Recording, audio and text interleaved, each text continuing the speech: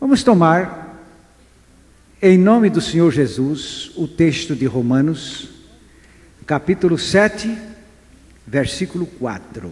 Somente o versículo 4. Assim, meus irmãos, também vós estáis mortos para a lei, pelo corpo de Cristo, para que sejais doutro daquele que ressuscitou dentre os mortos, a fim de que demos fruto para Deus. Espírito Santo, é lá que queremos chegar. Darmos muito fruto para Deus, muito fruto para a glória de Deus Pai.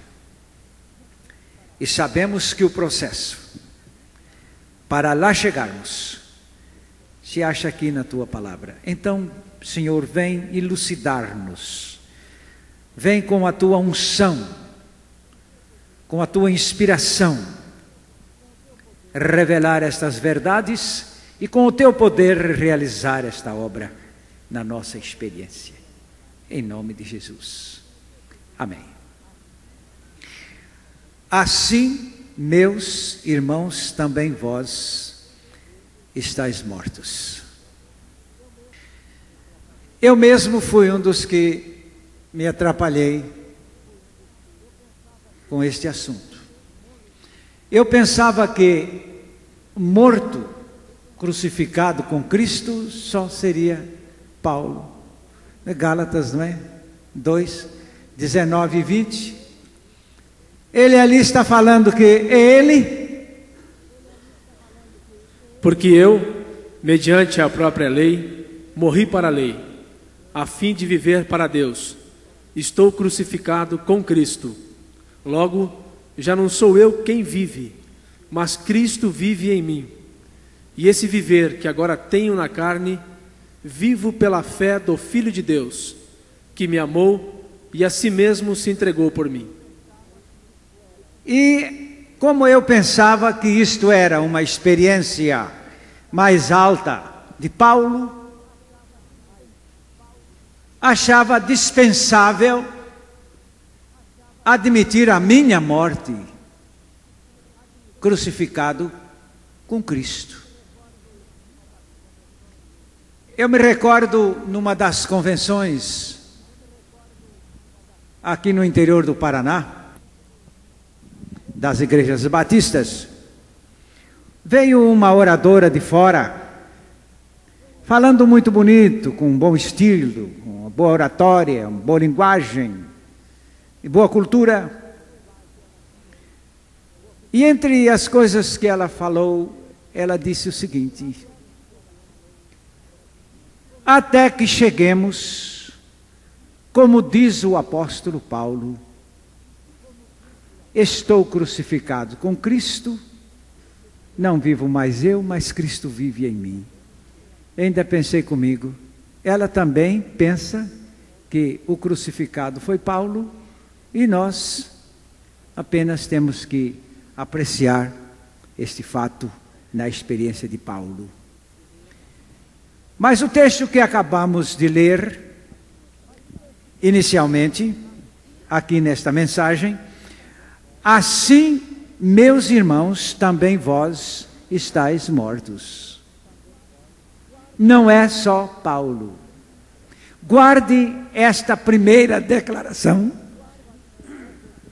onde se pode ter a oportunidade de entender que esta morte com Cristo não é somente a experiência de alguns, ou apenas de Paulo. Eu estou me lembrando desta declaração do meu velho professor de teologia, e que ele tem escrita num dos seus livros: dizer-se cristão e não ter o seu velho eu crucificado com Cristo é ser hipócrita. Então pensei que terreno amplo para a hipocrisia, este ser cristão sem estar crucificado com Cristo. Porque o texto vem generalizar, chamando a atenção para este fato, que também vós estáis mortos. A palavra de Deus inclui a todos ali no corpo de Cristo e naquela morte. Mesmo porque aquele texto de João 12:32 nos ajuda muito nisto, não é verdade? Vamos falar juntos? E eu, quando for levantado da terra, atrairei todos a mim mesmo. Todos. Qual a exceção? Nenhuma, não é possível, porque ele atraiu ali, quando se achava pregado na cruz, a todos para si. E desta maneira, quando o texto diz que esta inclusão envolve a todos, e que Paulo disse agora desta vez, não só eu, mas também vós estáis mortos pelo corpo de Cristo. O outro lado desta gloriosa verdade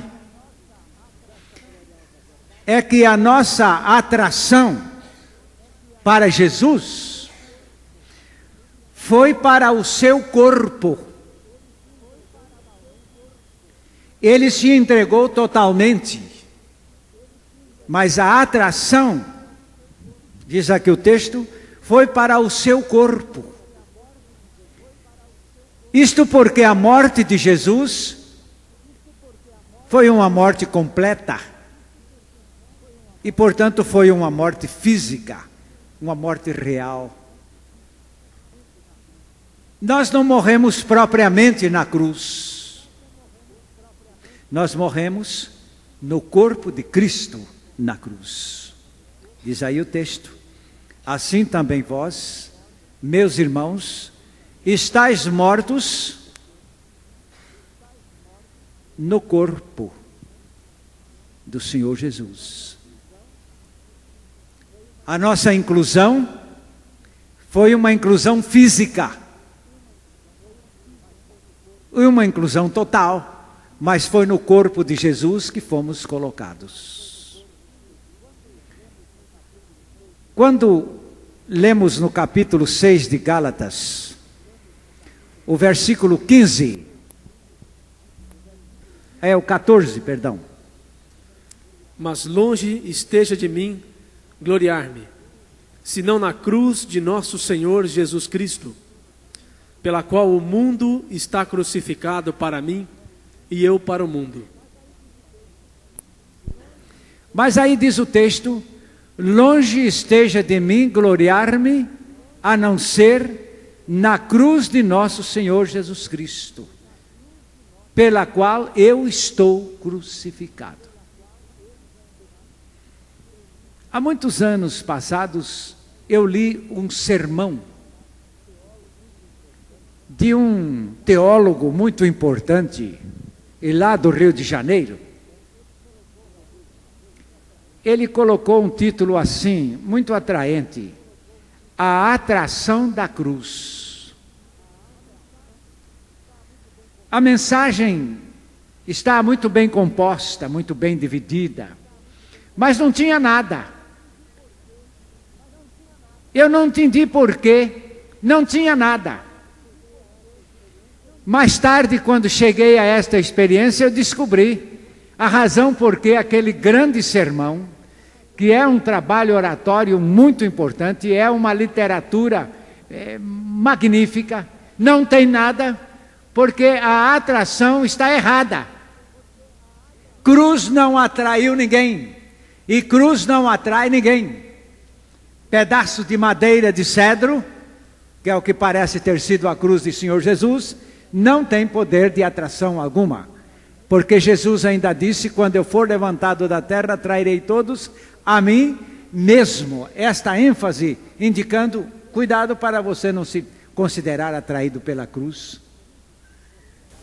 É atraído pela pessoa do Senhor Jesus e atrair-nos para o seu corpo. Mas, por que mortos?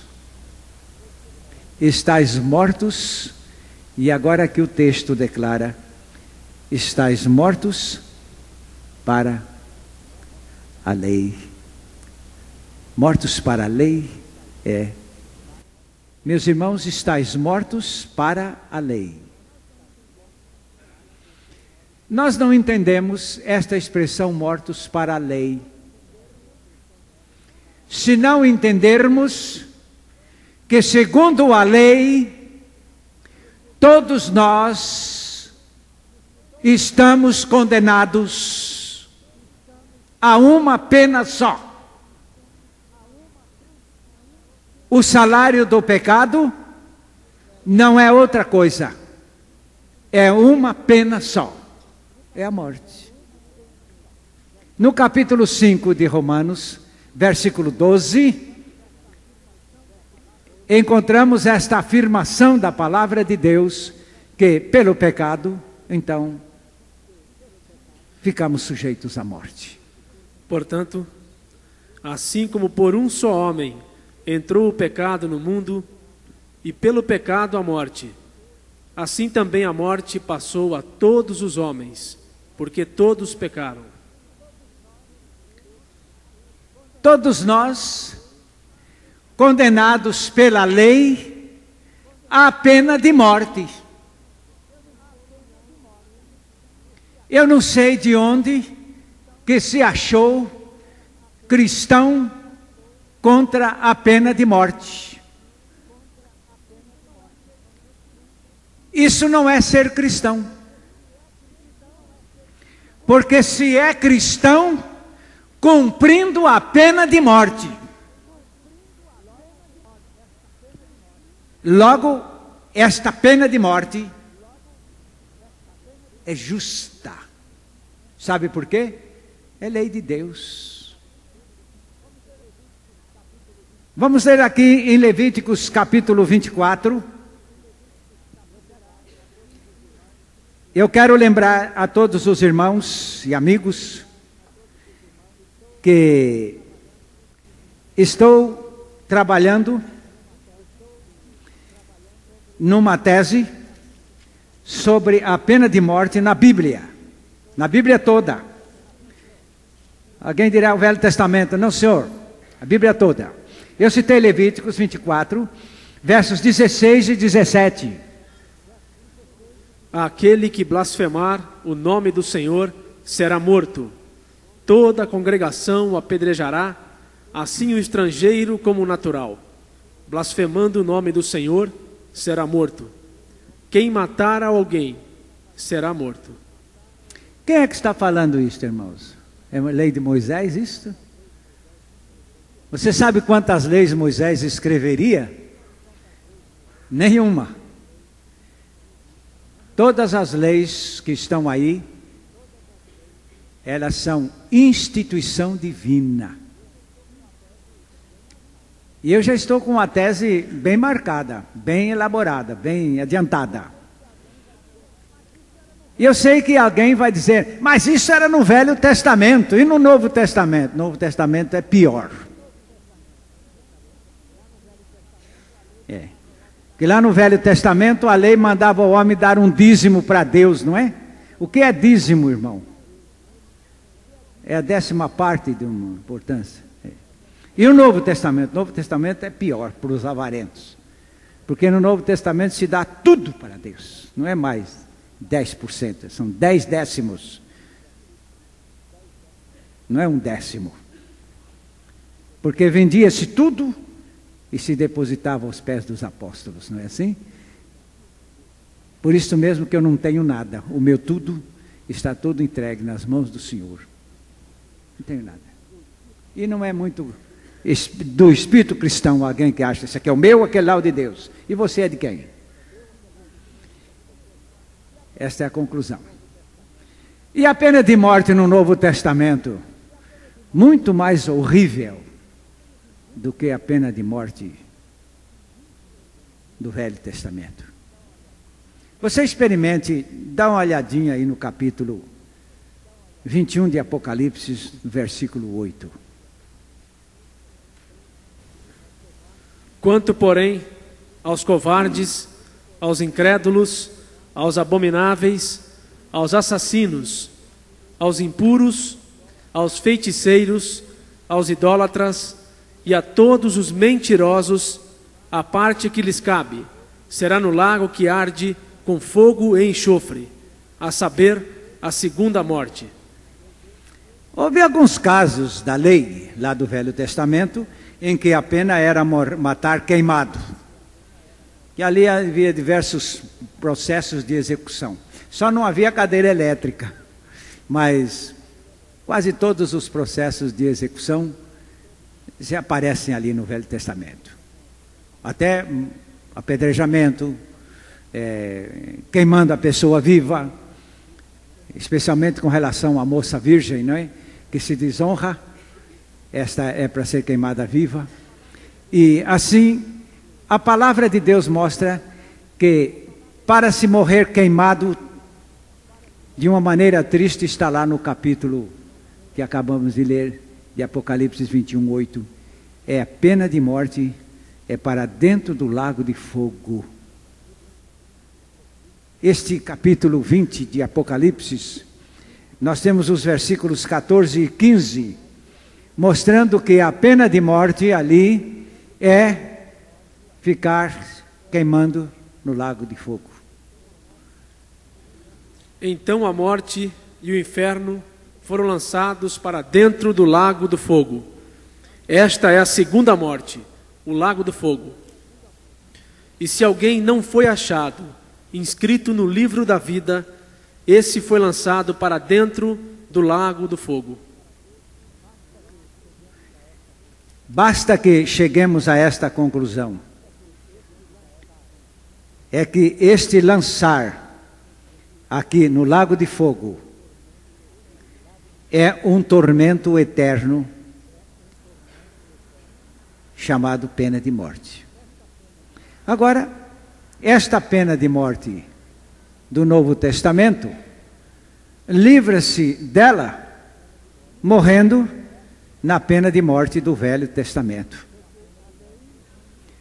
Porque a lei se estabeleceu desde o capítulo 2 de Gênesis, versículos 16 e 17, onde Deus colocou a pena de morte como consequência do pecado. Não vamos brincar com a lei de Deus. A lei de Deus é coisa séria.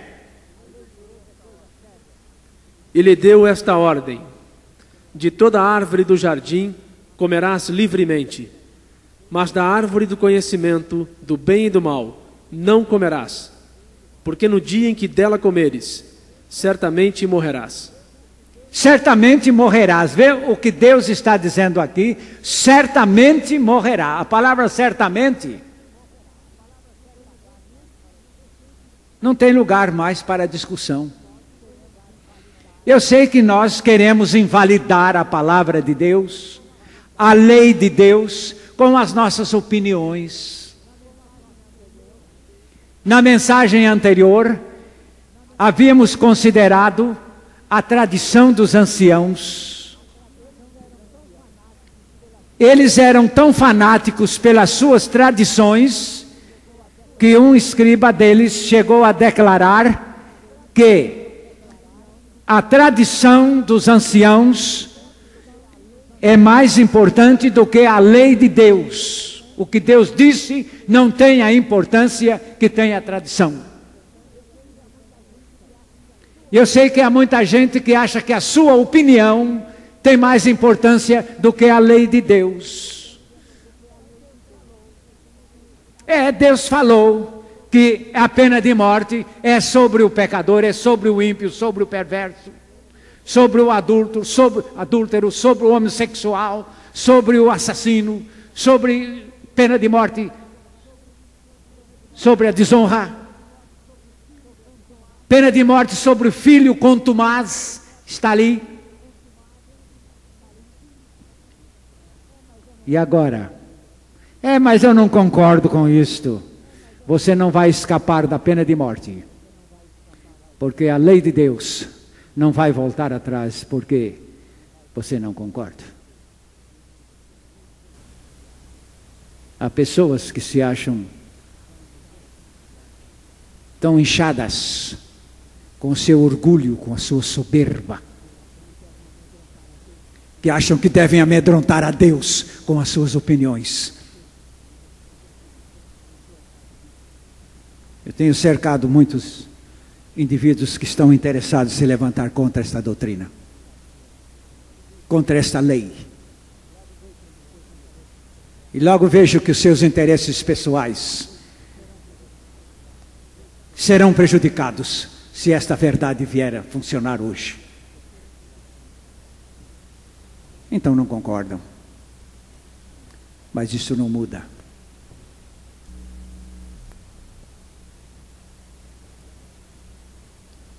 E agora, se a pena de morte está em cima de cada um de nós, por causa do pecado,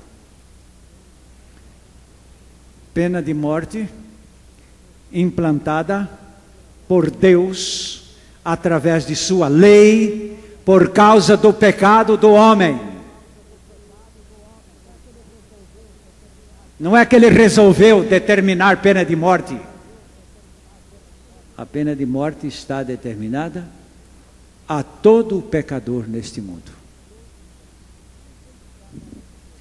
Eu não sei se dá para entender bem o texto de Gálatas 2:19. Já foi lido. Mas nós podemos voltar a atenção para este ponto, onde a palavra de Deus diz o seguinte: porque eu, pela lei, a palavra pela lei, significa segundo a lei, conforme a lei, de acordo com a exigência da lei, eu morri. Só que ao morrer, conforme a exigência da lei, eu morri para a lei. Porque o que a lei exigiu, ela ficou satisfeita. Deus é a minha morte. E ele completa, por isso que a versão que põe no verso 19, como foi que eu morri pela lei e para a lei, crucificado com Cristo. No dia que aceitei a minha morte com Cristo na cruz do Calvário, eu ainda pensei comigo, que coisa engraçada, que eu sou um executado nesta crucificação. E eu mesmo sou um espectador desta execução. Eu mesmo estou dizendo, aceito a minha morte no corpo de Cristo na cruz, e eu mesmo fiquei lá do lado de fora batendo palmas. Bendita hora, maravilha, que coisa bendita é esta execução, que coisa feliz, que coisa boa é que esse perverso pecador chamado Antônio Abuchaim foi crucificado com Cristo. Que coisa maravilhosa, que vitória, e que coisa boa mesmo, meus amados. Eu não estou falando da nossa morte para o pecado, eu estou falando da nossa morte para a lei. Dali para cá, a lei ficou minha amiga, porque toda vez que eu encostava na lei, ela estava me ameaçando de morte, dizendo, você ainda não cumpriu o que eu estou exigindo. Mas dali para cá ela ficou minha amiga. Porque a palavra de Deus diz que a graça não anula a lei. A graça estabelece a lei. Morremos segundo a exigência da lei, porque éramos transgressores da lei. Mas a lei não foi escrita para a condenação. A lei foi escrita para nos abençoar. Porque tudo que a lei diz é coisa boa para nós. O que é que você pensa, por exemplo, a lei que aborda a família? Honra teu pai e a tua mãe. Não adulterarás. Não cobiçarás a mulher do teu próximo. Estamos falando aqui da família. O que significa esta lei obedecida?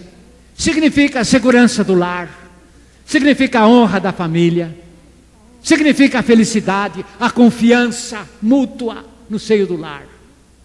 A lei é boa, mas o homem é transgressor. Então, depois de ser lançada para bem, ela também é uma punição para os que se rebelam na desobediência. Depois disto, a nossa morte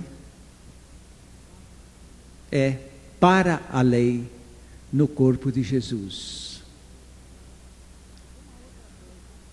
Uma outra coisa que a palavra de Deus nos declara ali é: para pertencerdes a outro. O que é isso? Nós estamos analisando o texto de Romanos 7:4. Estais mortos para a lei, pelo corpo de Cristo, para pertencerdes a outro. Que outro? Esse negócio desse outro aí, eu também não entendia não. Que se alguém me dissesse, você pertence ao diabo, eu me lembro que uma vez um homem veio me doutrinar e eu dei a ele umas respostas, ele ficou zangado comigo e ele disse: o senhor é do diabo, o senhor vai para o inferno. Eu fiquei rindo dele por fora, mas por dentro me deu mesmo uma vontade de provar para ele que eu era do diabo. Porque era mesmo, o homem estava falando a verdade. Estava falando a verdade. Só que eu dentro de mim fiquei assim, um tanto revoltado. E por isso não devemos pregar assim: todos vocês que vivem no pecado são do diabo, não é? Não dá, assim não. Vamos ler Romanos, 1 João, capítulo, vamos deixar Romanos agora. 1 João, capítulo 3, verso 8. E a minha versão diz assim: todo aquele que comete o pecado é do diabo. E para isto o Filho de Deus se manifestou, para destruir as obras do diabo. Estamos falando aqui de 1 João 3,8. Quem comete pecado não é de Jesus, não. Não é não. Eu sei que há muita gente aqui que não está gostando disso, está torcendo o nariz. Eu sou de Jesus, eu sei que eu vivo no pecado, mas sou de Jesus. E teimoso não entra no céu. Não entra no céu. Essa teimosia aí esfria logo quando você tiver que entrar para dentro do lago de fogo, sob a pena de morte. O melhor é se estremecer, como eu me estremeci diante desta passagem: quem comete o pecado é do diabo. Irmãos, eu já havia passado por esta passagem muitas vezes, mas eu arranjava uma evasiva, sabe qual era? Isto é, aqueles que estão fora da igreja que cometem pecado são do diabo. Mas nós que estamos aqui dentro da igreja cometemos pecado, somos de Jesus. A Bíblia não aceita isso. Mas aquele dia o Espírito Santo me estacou com o dedo na minha testa, dizendo: quem comete o pecado é do diabo. Você sabe do seu pecado, você sabe. E você sabe que você jamais poderá dizer que você é meu, porque você é daquele que te leva a viver no pecado. Eu disse: Deus, eu não posso contradizer esta verdade. Eu não posso contradizer. Mas há uma coisa que eu posso fazer. É te pedir misericórdia. Porque Deus, eu sou do diabo. Eu sou. O Senhor sabe que eu não estou aqui querendo levantar quantos anos tenho de membro de igreja. Eu não quero levantar aqui diante do Senhor quantos anos eu tenho de pastorado. Eu não quero levantar diante do Senhor quantos elogios eu tenho recebido como pastor e como crente. Eu não quero levantar aqui diante do Senhor de várias pessoas que já me chamaram de homem de Deus, porque eles se enganaram comigo. Eu quero encarar a tua palavra e reconhecer que eu sou do diabo. Essa é a melhor maneira de pregar esta verdade. Eu não tenho jeito agora de dizer: você que vive no pecado é do diabo. Eu não vou falar isto, mas posso falar que a palavra de Deus está dizendo isso. Agora vem a nossa morte no corpo de Cristo, passamos a pertencer a outro. Então vem uma pergunta: como se pode deixar de ser do diabo para ser de Jesus? Como? Você já sabia que todo o remédio para todos os problemas é a morte? Ele é o remédio para todos os problemas. Este morrer no corpo de Cristo. Faz tempo que eu estou descansando nesta parte, mas eu já morri. Está tudo resolvido. Eu estou me lembrando do pastor Sérgio, quando leu uma carta de uma acusação, acusação assim de grupo, um abaixo assinado, acusando-o injuriosamente de várias coisas. E ele leu aquela carta e dirigiu-se ao presidente do seu ministério e disse: a única coisa que eu tenho a dizer ao Senhor é que eu morri. Eu morri com Cristo. Eu morri. Eu quero que o Senhor saiba que isto tudo aqui está acertado nesta palavra. Eu morri com Cristo. Eu posso perdoar, eu posso desculpar, eu posso compreender essa gente, eu posso tudo agora porque eu morri. Mas este eu morri não é apenas remédio para certos problemas, é remédio para todos os nossos problemas. Eu morri. Que vitória! E vem então o texto nos mostrando: estáis mortos pelo corpo de Cristo para pertencerdes a outro. Estou me lembrando de um ponto na Bíblia onde Deus nunca aceitou no seu altar um animal vivo. Estou me lembrando que milhões e milhões de animais foram oferecidos no altar de Deus. O altar é aquele lugar alto. O animal tinha que ser posto ali deitado em cima do altar. Se não morresse, ia ser muito difícil fazer um boi deitar em cima de uma mesa.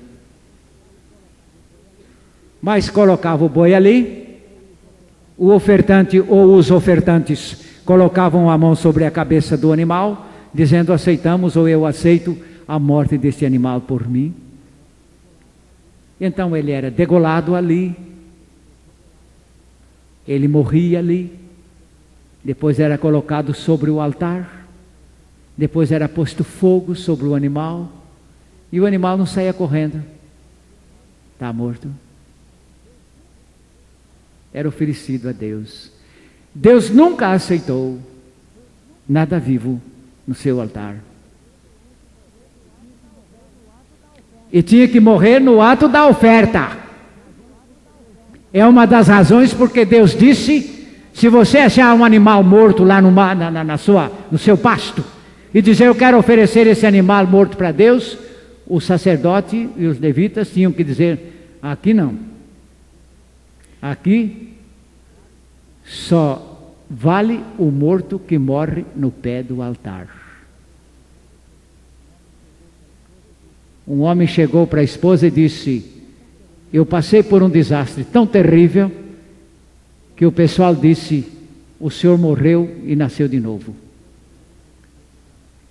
E a esposa dele, que é nascida de novo, disse-lhe: mas você não morreu na cruz. Essa morte aí é falsa. Deus não aceita uma morte fora do corpo de Cristo.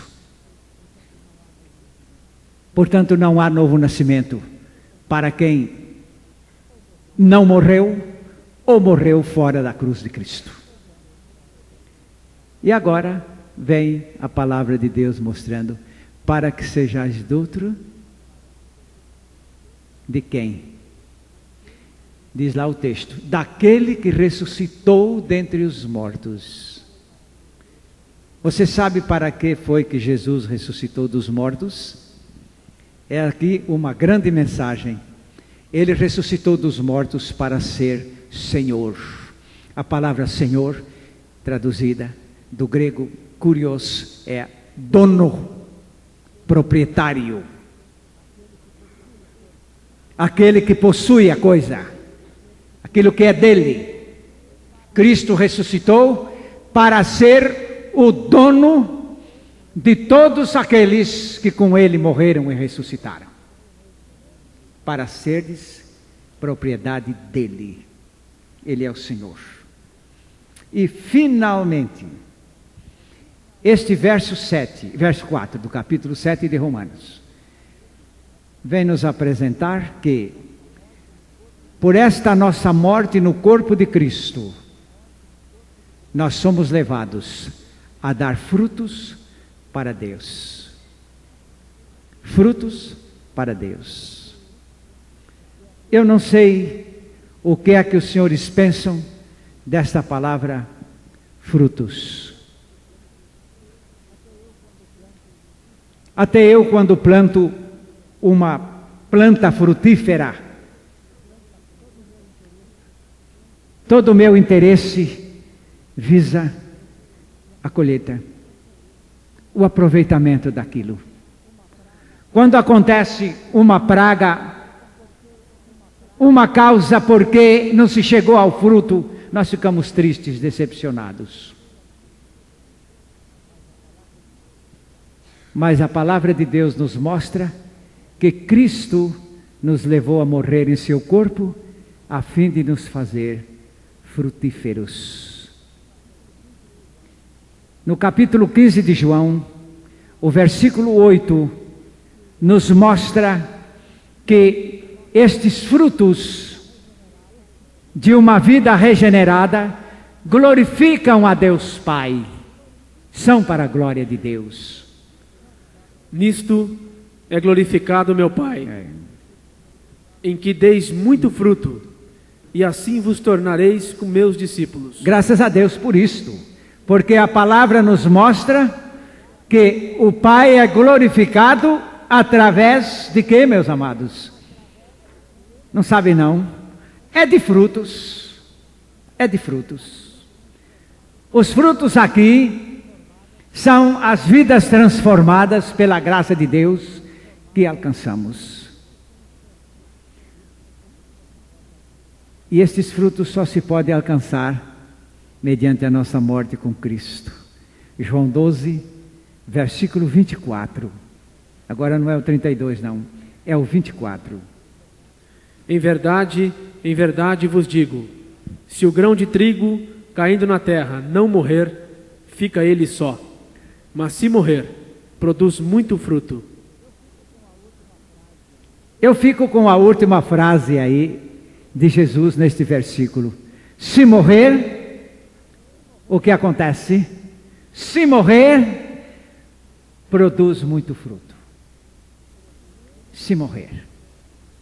Eu me lembro de um pastor que bondosamente me visitou, carinhosamente, dizendo: pastor, eu estou zeloso pelo que falam contra o senhor, pelo que dizem, e então eu vim aqui para conversarmos um pouco, para pelo menos eu entender o que está acontecendo.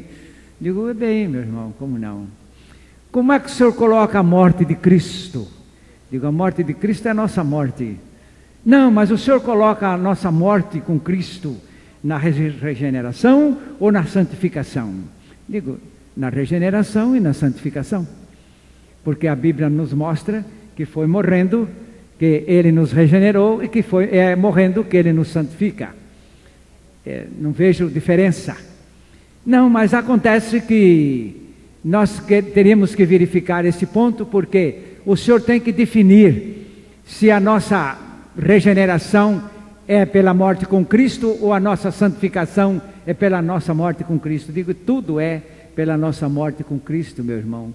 E apontei este ponto: se morrer, então não tem nada com regeneração nem santificação, dá muito fruto. Então aqui tem com a frutificação.